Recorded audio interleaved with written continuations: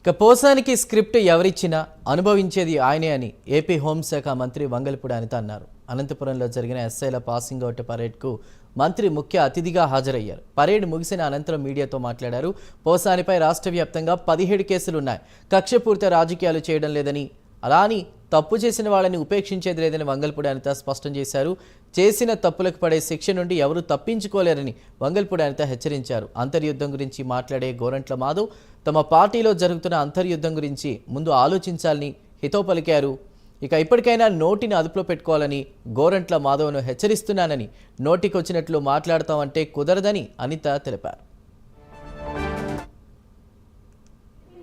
అంటే స్క్రిప్ట్ ఎవరిది చదివినా శిక్ష అయితే అతనికే కదా పడుతుంది. అనుభవించే రాజు ఆయనే కదా, అది వేరే కదా. అది ఏదైనా చదవచ్చు, కానీ అనుభవించే రాజు ఆయనే కదా అవుతున్నాడు.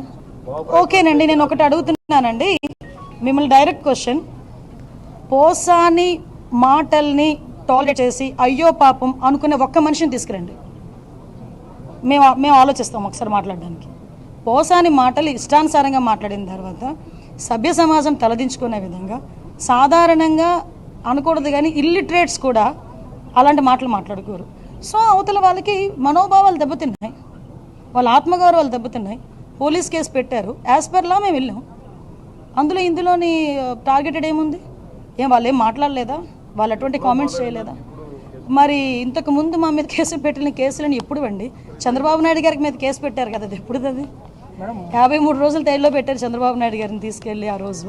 అంటే ఒకటి ఎప్పుడు కాదు, మాకు మాకు కేసు వచ్చింది, మేము యాక్షన్ తీసుకోవాలి, డెఫినెట్గా తీసుకుంటాం. అంటే అదేనండి, ఇందాక మీకు చెప్పాను, ఏది పడితే అది మాట్లాడడానికి అవ్వదండి. డెఫినెట్గా నీకైతే వాక్ స్వతంత్రం ప్రజాస్వామ్యంలో అంబేద్కర్ గారు ఇచ్చారు, కానీ ఎలా పడితే అలా మాట్లాడమని అది ప్రజాస్వామ్యంలోని కూడా, రాజ్యాంగంలో కూడా లేదు. అంటే అవతల వాళ్ళని రెచ్చగొట్టే విధంగా మాట్లాడడం కానీ, ప్రభుత్వాలని రెచ్చగొట్టే విధంగా మాట్లాడడం కానీ, ప్రజలను రెచ్చగొట్టే విధంగా మాట్లాడే పరిస్థితులు ఉంటే కనుక కంపల్సరీగా చట్టపరమైన చర్యలు తీసుకుంటాం. రెడ్ బుక్ పరంగా మేము వెళ్ళాలి అనుకుంటే ఈరోజు వైఎస్ఆర్సీపీ నాయకులు ఎవరు రోడ్ల మీద తిరగరండి.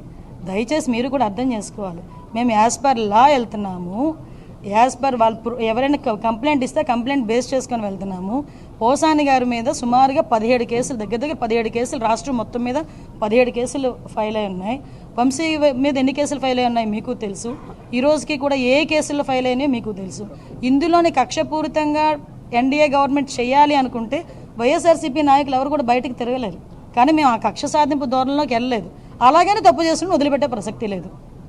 తప్పు చేసినోడికి శిక్ష పడాలి, లేకపోతే భయం ఎలా ఉంటుంది? ఉండాలి కదా, భయం ఉండాలి కదా. తప్పు చేసాడు అనుకున్నవాడు ఎవడైనా కూడా కొంచెం జాగ్రత్తగా ఉంటే బెటర్, కానీ శిక్ష నుంచి అయితే తప్పించుకోలేదు.